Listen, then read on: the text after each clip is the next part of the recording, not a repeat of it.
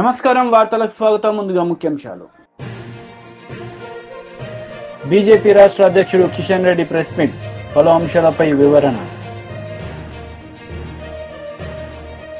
YCP leader Sajjala Ramakrishna Reddy press meet, పలు అంశాలపై వివరణ.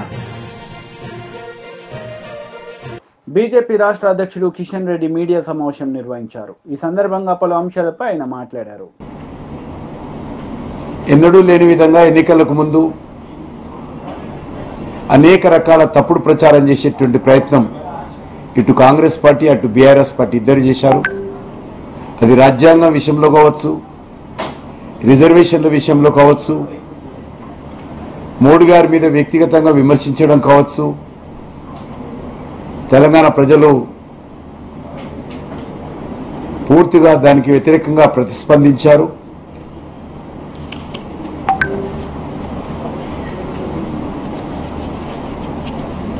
తెలంగాణలో ఎవరు గెలిచినా మా మద్దతుతోటే గెలుస్తారు, మేమే కీలకం అనే విధంగా మజ్లిస్ పార్టీ వ్యవహారం కూడా ఈరోజు తెలంగాణలో బీజేపీకి మరి అనుకూలంగా ప్రజలు మారారని భావిస్తా ఉన్నాను. మేము బీఆర్ఎస్ అంటే బీఆర్ఎస్, మేము కాంగ్రెస్ అంటే కాంగ్రెస్, మేమే తెలంగాణలో డిసైడింగ్ ఫ్యాక్టర్ అనేటువంటి అహంకారంతో ఎంఐఎం పార్టీ ఒక్కొక్క సీటు మీద ఎవరు గెలవాలి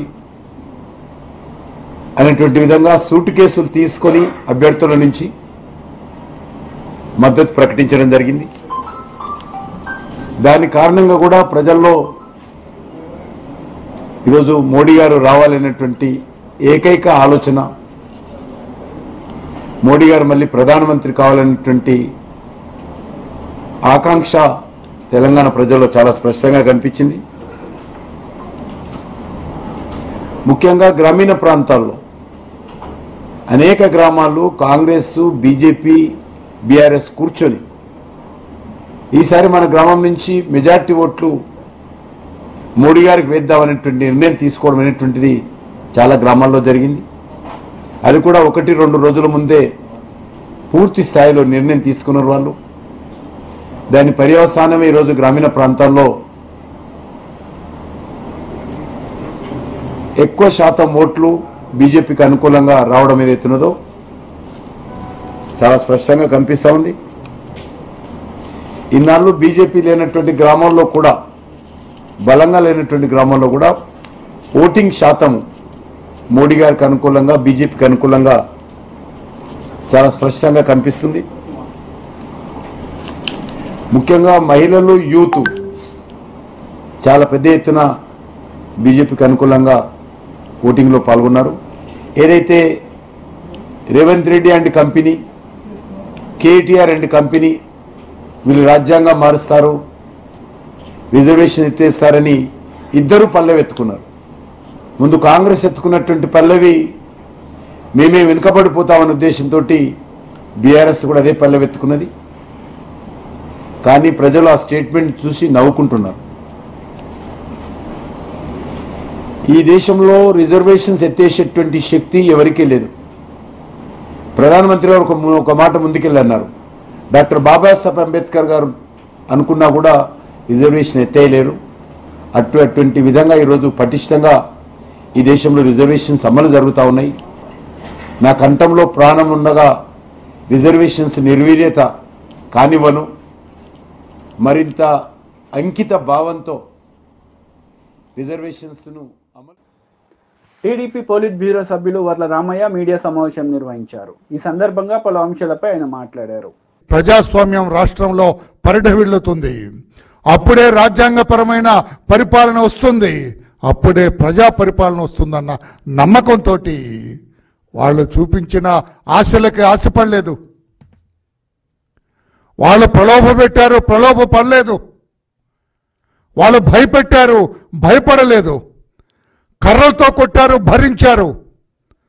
రక్తం ధారలుగా కారుతున్నా కూడా భరించారు, ఓర్పుగా వెళ్ళి ఓటు వేశారు.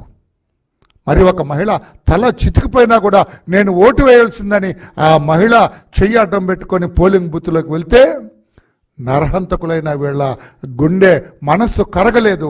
అంతటి దుర్మార్గులు వాళ్ళు. రాష్ట్రం అంతా కూడా అన్ని చోట్ల అరాచకం సృష్టించారు, దౌర్జన్యం సృష్టించారు. ఓడిపోతూ ఉన్న నిరాశ నిస్పృహలు వాళ్ళకి వెంటాడుతూ ఉన్నాయి. నిరాశ నిస్పృహలతోటి వైకాపా పార్టీ, జగన్మోహన్ రెడ్డి గారు అనే టీం కొట్టుమిట్టాడుతున్నారు. ఫ్రస్ట్రేషన్ అంటాం ఇంగ్లీష్లో. ఫ్రస్ట్రేషన్తో కొట్టుమిట్టాడుతూ ఇష్టం వచ్చినట్లుగా అలజలు సృష్టించి కనిపించిన తెలుగుదేశం పార్టీ కార్యకర్తలందరూ కూడా కొట్టాలని భావించారు. లేదా మాచర్లలో ఏంటండి అరాచకం ఏంటండి? అలా పోలీసు వ్యవస్థ అసలు ఉన్నదా? పోలీసు వ్యవస్థలు అంటేనే ఆ పిన్నెల్లి బ్రదర్స్ ఇద్దరిని కాళ్ళెరు కొట్టి లోపల పడేద్దండి, మెడబెట్టి గంటి లాకప్లో తాళం వేసేద్దు లాకప్కి. వాళ్ళిద్దరిని ఎట్లా అలౌ చేస్తారండి? ఆ వీడియో మావాడు కారులో వెళ్తూ వీడియో తీశాడు. అక్కడ ఏదో యుద్ధానికి వెళ్తున్నట్టుగా రాడ్లు పట్టుకొని, కర్రలు పట్టుకొని, కత్తులు పట్టుకొని వాళ్ళు వెళ్తూ ఉంటే చోద్యం చూస్తారా పోలీసులు? తమాషా చూస్తారా పోలీసులు? మీరేమో సినిమా పోలీసా? మీరేమన్నా నిజమైన పోలీసా? చట్టాన్ని కాపాడవలసిన మీరు, ధర్మాన్ని కాపాడవలసిన మీరు, చట్టబద్ధంగా వ్యవహరించవలసిన మీరు కర్రలు కత్తులతోటి వాళ్ళు వెళ్తుంటే చోద్యం చూస్తారా? వాళ్ళు కార్డౌన్ చేయొద్దు, వాళ్ళని పికప్ చేయొద్దు, ప్రివెంట్ వర్క్ చేయొద్దు, ఏం చేయకుండా చోద్యం చూస్తున్న ఈ పోలీసు వ్యవస్థని ఏమన్నా మాకు అర్థం కలదు. ఎలాగా వాళ్ళు బయట తిరిగి అర్హత ఏముంది? పిన్నెల్లి బ్రదర్స్కి కాళ్ళెర కొట్టి లోపల పడేయాల్సింది పోయి ఎలా చేస్తారా? అక్కడ చంద్రగిరిలో ఆ నాని అతను చాలా డొసైల్ మ్యాన్, చాలా మెతక మనిషి, మంచివాడు అతను ఇష్టం ఆయన చంపాలని ప్రయత్నం చేశారు. There is a clear case of attempt to kill him. అతను చంపడానికి ప్లాన్ చేశారు. ఎందుకంటే ఆ చెవిరెడ్డి ఫ్యామిలీ, చెవిరెడ్డి తండ్రి కొడుకు ఓడిపోతున్నారు. అక్కడ వాళ్ళకి స్పష్టంగా తెలుసు తాము ఓడిపోతున్నామని. అందుకే మా నాయకుడు నానిని లేపేద్దామని ప్లాన్ చేశారు పోలీసులు. చోద్యం ఎన్డీఏ కూటమి నేతలు మీడియా సమావేశం నిర్వహించారు. ఈ సందర్భంగా పలు అంశాలపై వాళ్ళు వివరణ ఇచ్చారు. 3 గంటలు 5 గంటలు కూడా నిలబడి ఓటింగ్ చేసిన పరిస్థితి. ఇంత ఉత్తేజంగా నిన్న కొన్ని చోట్ల గొడవలు సృష్టించరా కానీ కావాలని 4-5 ఆ టైంలో ఓటింగ్ పెరిగిపోతుంది, పర్సంటేజ్ పెరిగిపోతుంది, ఎక్కడో ఇదైపోతామని చెప్పి వాళ్ళు విచక్షణ కోల్పోయి ప్రవర్తించినా కానీ ఓట్లు మీరంతా కూడా నిలబడి ఓటు వేసినందుకు ఒక మంచి వైపు, ధర్మాన్ని వైపు మీరు చేయటం నిజంగా చాలా సంతోషం అనిపించింది. అందుకే ప్రత్యేకంగా మీకు ధన్యవాదాలు చెప్తా ఉన్నాను. అలాగే మా పార్టీ తరఫున కార్యకర్తలు, నాయకులు, అలాగే తెలుగుదేశం పార్టీ తరఫున కార్యకర్తలు, నాయకులు, అలాగే బీజేపీ తరఫున కార్యకర్తల నాయకులు కూడా అసలు ఉమ్మడిగా ఎక్కడా కూడా ఎటువంటి ఇది లేకుండా కలిసిమెలిసి రాష్ట్రంలో ఒక మంచి వైపు ప్రయాణించాలని చెప్పి మా నాయకులు, కార్యకర్తలంతా కూడా నిలబడినందుకు వారికి కూడా ఈ సభాముఖంగా వారికి కూడా ప్రత్యేక ధన్యవాదాలు తెలుపుతున్నాను. Thank you. బీజేపీ నుంచి పెద్దలు, సీనియర్ నాయకులు శ్రీ దినకర్ గారు. 25కి 25 పార్లమెంటు స్థానాలు సాధించేటటువంటి దిశగా ఒక తీర్పుని ఇవ్వబోతున్నారా అనేటటువంటి విధంగా ఏదైతే ఓటర్లు వారి యొక్క కర్తవ్యాన్ని నిర్వర్తించారో దానికి కృతజ్ఞతలు తెలపాలి అనేటటువంటి ఉద్దేశంతో ఈ యొక్క విలేకరుల సమావేశాన్ని ఏర్పాటు చేయడం జరిగింది. ముఖ్యంగా తెలుగుదేశం పార్టీ, జనసేన పార్టీ మిత్రపక్షాలతో కలిసి భారతీయ జనతా పార్టీ కార్యకర్తలు, నాయకులు ఈ గడిచిన 45 రోజులు 50 రోజులుగా ఎంతో సమన్వయంతో ప్రజల దగ్గరికి వెళ్ళటం, ప్రజలు ఆశీర్వదించిన తీరు, వికసిత భారత్, వికసిత ఆంధ్రప్రదేశ్ కావాలంటే డబుల్ ఇంజిన్ సర్కార్ కావాలి అని మోడీ గారు చాటినటువంటి స్ఫూర్తిని తూచా తప్పకుండా ఇవాళ ఓటరు ఆంధ్రప్రదేశ్లో పాటించారు. ఎందుకంటే గడిచిన 5 సంవత్సరాలుగా జరిగినటువంటి విధ్వంసకరమైనటువంటి YCP leader Ambati Rambabu media సమావేశం నిర్వహించారు. ఈ సందర్భంగా పలు అంశాలపై ఆయన మాట్లాడారు. కంప్లీట్గా ఫెయిల్ అయ్యారు. లా అండ్ ఆర్డర్ కంప్లీట్గా పోయింది. ఇష్టానుసారంగా బూతుల దగ్గర వ్యవహరించే పరిస్థితి వచ్చింది. ప్రజాస్వామ్యంలో ఇలాంటి దుస్థితి రావడం అనేది చాలా అరుదైనటువంటి సంఘటనలుగా నేను భావిస్తున్నాం మేమందరం కూడా. అదే విషయాన్ని ఆయనకి చెప్పడం జరిగింది. ఇక్కడ ఇంకొకటి వ్యాలిడ్ పాయింట్ ఏంటంటే, పోలీస్ ఫెయిల్యూర్ అయ్యిందా లేక పోలీస్ వ్యవస్థలో కొంతమంది తెలుగుదేశంతో కొల్లుడయ్యారా అనేది మాకు అర్థం కానటువంటి అంశం. దాని మీద విచారణ జరపవలసిందిగా కూడా కోరాం. ఎక్కడైతే మాకు బాగా బలంగా ఓట్లు పడతాయి అనుకుంటారో అక్కడ పోలీస్ బందోబస్తు ఎక్కువ పెట్టారు. ఎక్కడైతే మాకు బలంగా ఓట్లు పడవు, తెలుగుదేశానికి అనుకూలంగా ఉంటాయి అనుకున్న చోట పోలీసులు పెట్టలేదు. అందువలన మా దగ్గరేమో వారు రౌడీజం చేయడానికి వీలు లేకోకుండా పోలీసులు పెట్టారు, సంతోషమే. కానీ ఆ బూతుల్లో రౌడీజం జరుగుతూ ఉంటే పోలీసులు మాత్రం ఒకళ్ళో ఇద్దరో ఉండి చూస్తూ ఊరుకున్నటువంటి సంఘటనలు మనం చూసాం, మేము ప్రత్యక్షంగా చూసాం. ముఖ్యంగా పల్నాడు జిల్లాలో కానీ మరొక జిల్లాలో కానీ ఎక్కడైనా సరే ఏదైనా ఒక హింస జరుగుతూ ఉంది, ఒక బూత్ను క్యాప్చర్ చేశారు, పోలీసు వారు వెళ్ళాలి అని మేము అనేక సార్లు ఫోన్ చేస్తే ఇదిగో వెళ్తున్నారు అదిగో వెళ్తున్నారని సినిమాలో లాగా అంతా అయిపోయిన తర్వాత కొట్టుకున్న తర్వాత ఈవీఎంలు పగిలిపోయిన తర్వాత అప్పుడు వెళ్ళినటువంటి సంఘటనలు కోకొల్లలుగా కనిపిస్తూ ఉన్నాయి. చిత్రం ఏంటంటే మొన్న సడన్గా నేను ఎన్నికల రోజు నాకు ఫోన్ చేసి మిమ్మల్ని అరెస్ట్ చేయమన్నారండి, హౌస్ అరెస్టు, తిరగడానికి వీలు లేదు అన్నారు. నేను ఇంటికి వచ్చి కూర్చున్నా, నా ప్రత్యర్థి మాత్రం తిరుగుతూనే ఉన్నాడు. What is this? దీన్ని కూడా సమాధానం చెప్పాల్సినటువంటి బాధ్యత పోలీస్ వ్యవస్థ మీద ఉంది. అనేక హింసాత్మకమైన సంఘటనలు జరిగాయి, ఆ రోజున జరిగాయి, నిన్న జరిగాయి. మా పల్నాడులో ఫైర్ ఓపెన్ చేశారు నిన్న, పోలింగ్ అయిపోయిన తర్వాత జరిగినటువంటి రోజున. మళ్ళీ ఇవాళ అరెస్టులు చేస్తున్నారు. చాలా చిత్రంగా అనిపించింది నాకు. ఇవాళ కొంతమంది నాయకుల్ని అరెస్ట్ చేస్తున్నారు. ఎందుకంటే ప్రివెన్షన్ అంట, అంటే నేరాలు జరగకోకుండా ఆపటం కోసం. అది పెళ్ళంతా అయిపోయిన తర్వాత బాధ్యాలు మోయించినట్టుగా ఎన్నికల సమయం అయిపోయింది, వైలెన్స్ తగ్గాలనేటువంటి ప్రయత్నంలో ఉంది వాతావరణం. ఇవాళ అరెస్టులు చేసేటటువంటి ప్రయత్నం చేస్తున్నారు, ఇవాళ యాక్షన్ చేస్తున్నారు. మొన్నటిదాకానేమో కల్యూషన్, ఇవాళ యాక్షన్. ఈ విధంగా చేస్తున్నారు. చాలా దురదృష్టకరమైనటువంటి పరిణామాలు ఇవాళ ఆంధ్ర రాష్ట్రంలో చోటు చేసుకోవడం చాలా బాధ కలిగించింది. అదే డీజీపీ గారికి కూడా చెప్పడం జరిగింది. మాకున్నటువంటి అవగాహన మేరకు ఎలక్షన్ కమిషన్ చాలామంది అధికారులు మార్చారు, ఐపీఎస్ అధికారులు మార్చారు, ఐఏఎస్ అధికారులు మార్చారు, కలెక్టర్లు మార్చారు, ఎస్పీని మార్చారు, డీజీపీని మార్చారు, ఇంకా పోలీస్ అధికారులను చాలా మార్చారు. They have they right. ప్రజాస్వామ్యంలో ఎన్నికలు సక్రమంగా జరగడం కోసం ఏదో వైఎస్ఆర్ కాంగ్రెస్ పార్టీ అధికారంలో ఉంది కాబట్టి ఆ అధికారులు ఉన్న అధికారులు మాకేదో సహాయం చేస్తారనేటువంటి అనుమానంతో తెలుగుదేశం పార్టీ వారు, బీజేపీ వారు లేదా జనసేన వారు ఇచ్చినటువంటి కంప్లైంట్స్ మీద మార్చారు. మారిస్తే ఏం జరగాలి? మెరుగైనటువంటి పద్ధతుల్లో ఎన్నికలు జరగాలి, అంతకన్నా ప్రశాంతంగా ఎన్నికలు జరగాలి.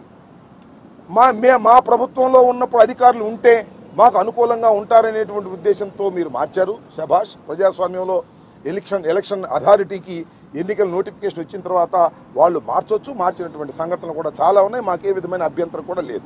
కానీ మార్చిన తర్వాత ఎక్కువ జరిగాయే, ఎప్పుడు లేని విధంగా. గత ఎన్నికల్లో లేదు, అంతకుముందు 14 ఎన్నికల్లో లేదు ఇంత హింస. ఇవాళ అధికారులు మార్చిన తర్వాత హింస ఎందుకు జరుగుతూ ఉంది? కారణం ఏంటి? మాజీ మంత్రి కేటీఆర్ మీడియా సమావేశం నిర్వహించారు. ఈ సందర్భంగా పలు అంశాలపై ఆయన మాట్లాడారు. పరీక్షలు పెడతామని చెప్పి మాట ఇచ్చిన వాళ్ళు ఇవాళ 400 రూపాయల ఫీజుని 5 రెట్లు పెంచి 2000 రూపాయలు చేసిన ప్రభుత్వం కాంగ్రెస్ ప్రభుత్వం. దయచేసి ఈ నియోజకవర్గంలోని విద్యావంతులైన మిత్రులందరికీ నేను ఒకటే విజ్ఞప్తి చేస్తా ఉన్నా. మా పార్టీ తరఫున గత 4 పర్యాయాలు మీరు మాకు అవకాశం ఇచ్చారు. మా అభ్యర్థులు, మా గెలిచిన శాసన మండలి సభ్యులు మీ తరఫున శాసన మండలిలో ప్రభుత్వాన్ని ప్రశ్నించారు. ప్రభుత్వాన్ని ప్రభుత్వం నుంచి మీకు రావాల్సిన మరి ఉద్యోగాలు కానీ, ప్రభుత్వం నుంచి మీకు రావాల్సిన వసతులు కానీ వాటి విషయంలో చాలా నిబద్ధతతో పనిచేసింది బీఆర్ఎస్ పార్టీ ఎమ్మెల్సీలు. ఈసారి కూడా మీరు ఆలోచించవలసింది, దయచేసి విజ్ఞప్తి చేసేది మీకు, ఈ ప్రభుత్వం మీరు ఎట్లా మిమ్మల్ని వంచిందో కాంగ్రెస్ ప్రభుత్వం మీ కళ్ళ ముందే ఉంది. 5 నెలల్లో కళ్ళబొల్లి కబుర్లు చెప్పి ఎన్ని రకాల మోసం చేసిందో మీ కళ్ళ ముందే ఉంది. అదేవిధంగా 9.5 ఏళ్ల కేసీఆర్ గారి ప్రభుత్వంలో ఏ రకంగా విద్యా వ్యాప్తికి, ఏ రకంగా మౌలిక వసతుల కల్పనకు కేసీఆర్ గారి ప్రభుత్వం పనిచేసిందో కూడా మీ కళ్ళ ముందే ఉంది. ఈ 3 జిల్లాల్లో ఉదాహరణకి నల్గొండ జిల్లాని తీసుకుంటే, నల్గొండ జిల్లాలో బీఆర్ఎస్ ప్రభుత్వం ఏర్పడక ముందు ఒక్క మెడికల్ కాలేజ్ కూడా లేదు. కానీ బీఆర్ఎస్ ప్రభుత్వం వచ్చిన తర్వాత కేసీఆర్ గారి నాయకత్వంలో 3 మెడికల్ కాలేజీలు ఒక్క జిల్లాలోనే ఏర్పాటు చేసుకున్నాం. అదే మాదిరిగా కొత్త జిల్లాల ఏర్పాటు మాత్రమే కాకుండా ప్రతి జిల్లాలో విద్యా వ్యాప్తికి, విద్యావంతుల అభ్యున్నతికి చాలా చిత్తశుద్ధితో పనిచేసింది కేసీఆర్ ప్రభుత్వం.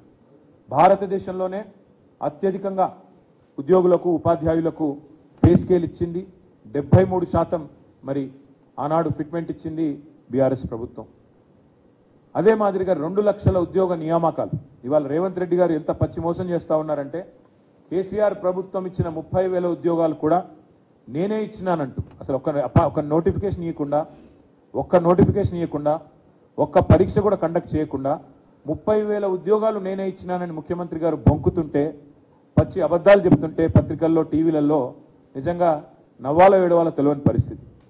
ఒక సంవత్సరంలో 2 లక్షల ఉద్యోగాలు ఇస్తామన్నారు రేవంత్ రెడ్డి గారు. సంవత్సరంలోనే, గెలిచిన మొదటి సంవత్సరంలోనే 2 లక్షల ఉద్యోగ నియామకాలు పూర్తి చేస్తామని చెప్పి మాట ఇచ్చి గెలిచి వచ్చింది రేవంత్ రెడ్డి ప్రభుత్వం. అందుకే విద్యావంతులైన మీ అందరికీ నా విజ్ఞప్తి, ఈ ప్రభుత్వానికి ఇప్పటికే 5 నెలల కాల పరిమితి ముగిసింది. ఇంకా 6 నెలల్లో 2 లక్షల ఉద్యోగాలు భర్తీ చేయాలి. మరి 2 లక్షల ఉద్యోగాలు భర్తీ కావాలి అంటే ప్రశ్నించే గొంతు ఉండాలి, ప్రశ్నించే పార్టీ ఉండాలి, ప్రజలకు న్యాయం జరగాలి, విద్యావంతులకు న్యాయం జరగాలంటే ప్రశ్నించే రాకేష్ రెడ్డి లాంటి ఉత్సాహవంతుడైన యువకుడు శాసన మండలికి రావాలి. ఇవాళ కావాల్సింది అధికార స్వరాలు కాదు, కావాల్సింది ధిక్కార స్వరాలు, కావాల్సింది తప్పకుండా ప్రశ్నించే స్వరాలు, తప్పకుండా ప్రభుత్వాన్ని నిలదీసే స్వరాలు కావాలి. అందుకే శాసన మండలిలో ఒక యువకుడు, ఉత్సాహవంతుడు, డెఫినెట్గా మీ అందరికీ కూడా రేపటి రోజున మేలు చేయగలిగే విద్యావంతుల తరపున మరి ఒక బ్లాక్ మెయిలర్ని ఎన్నుకుంటే రేపటి రోజున జరిగేది ఏంటంటే, మళ్ళీ ఆయన ఎప్పటికప్పుడు పార్టీలు మార్చడమే కాకుండా ఎప్పటికప్పుడు మీడియాను అడ్డం పెట్టుకుని బ్లాక్మెయిల్ చేసే ఒక వ్యక్తి అవతల వైపు కాంగ్రెస్ పార్టీ నుంచి పోటీ చేస్తూ ఉన్నాడు. ఆయన ఎప్పుడు ఏ పార్టీలో ఉంటాడో తెలియదు, ఎప్పుడు ఎవరిని నిందిస్తాడో తెలియదు. అట్లాంటి వ్యక్తులకు కనుక అవకాశం ఇస్తే, గతంలో మనం నల్లగొండలో నయీంని చూసినాం, మళ్ళీ అట్లాంటి వాడిని ఇంకోని తయారు చేసినట్టు అవుతుంది. ఇట్లాంటి వ్యక్తులకు కనుక అవకాశం చట్టసభల్లో ఇస్తే దయచేసి. అందుకే ఏపీ ప్రభుత్వ సలహాదారు సజ్జల రామకృష్ణారెడ్డి మీడియా సమావేశం నిర్వహించారు. ఈ సందర్భంగా ఆయన మాట్లాడారు. పెట్టుకుని కూటమి విన్నప్పటి దగ్గర నుంచి మీరు గమనిస్తే ఓ ప్యాటర్న్, పూర్తిగా అధికారం అంతా వయా ఎన్నికల కమిషన్ తెలుగుదేశం పార్టీ దాంట్లోకి పోయిందా అని అనిపించే రకంగా వరుసగా జరుగుతూ వచ్చాయి. వరుసగా జరుగుతూ వచ్చిన సంఘటనలు ఏవైనా ఉన్నా అవి అగ్రెసివ్ పోస్చర్, అంటే యాజ్ ఇఫ్ అధికారం అనేదే నడుస్తోంది అక్కడ నుంచి. ఎన్నికల కమిషన్ అధికారాల దాంట్లో జోక్యం చేసుకోకూడదు, దాంట్లో దుర్వినియోగం అవుతుంటే కట్టడి చేయాలి. తప్పనిసరి అయినప్పుడు సరైన ఎంక్వైరీ చేసి పూర్తిగా ఆధారాలు ఉంటేనే యాక్షన్ తీసుకోవాలి. ఎక్కడన్నా ఒక్క ఇన్సిడెంట్లో మీకు అలాంటిది కనిపించిందా? ఎంత హడావుడిగా, అందులోనూ విచిత్రంగా భారతీయ జనతా పార్టీ అధ్యక్షురాలు చంద్రబాబు నాయుడు గారి వదిన పురంధేశ్వరి, బహుశా అది కూడా చరిత్రలో వరదు అనుకుంటా, అప్పుడే పాయింట్అవుట్ చేశాం. ఫలానా అధికారి మాకు వద్దు, ఆయన ఉంటే మాకు ఇబ్బంది అనగలడం సహజంగా అపోజిషన్లో ఉండేవాళ్ళు పెట్టుకోవచ్చు, వాళ్ళకి హక్కు ఉంటుంది. ప్లస్ వాళ్ళ భయాందోళన వాళ్ళకు ఉండొచ్చు, ఎన్నికల కమిషన్ దాన్ని అడ్రస్ చేయాలి. కానీ ఫలానా వాళ్ళను తీసేయండి అనడంతో పాటు ఫలానా వాళ్ళని వేస్తే బాగుంటుందని కూడా రికమెండ్ చేయడం బహుశా దేశ చరిత్రలో ఫస్ట్ టైం అనుకుంటా. అది కూడా ఈసీకి దృష్టికి తీసుకెళ్లాం, పెద్ద దాన్ని ఎవరు పట్టించుకున్నట్లేవు. సాక్షాత్తు సెంట్రల్లో అధికారంలో ఉన్న పార్టీ, కూటమి భాగస్వామిగా ఉన్న పార్టీ స్టేట్ అధ్యక్షురాలు, పైగా తెలుగుదేశం పార్టీకి ప్రధాన భాగస్వామి తెలుగుదేశం పార్టీ అధ్యక్షుడు వదిన ఆమె. అక్కడే సగం ఎక్కడికి పోతుంది ఏదని డౌట్ వచ్చింది అందరికీ. ఆ తర్వాత మీరు గమనిస్తే బదిలీలు, ట్రాన్స్ఫర్లకు ఎక్కడన్నా ఒక రేషనల్ కానీ టీడీపీ వాళ్ళు కంప్లైంట్ ఇవ్వడం, ఈ పక్క నుంచి ట్రాన్స్ఫర్ చేసేయడం.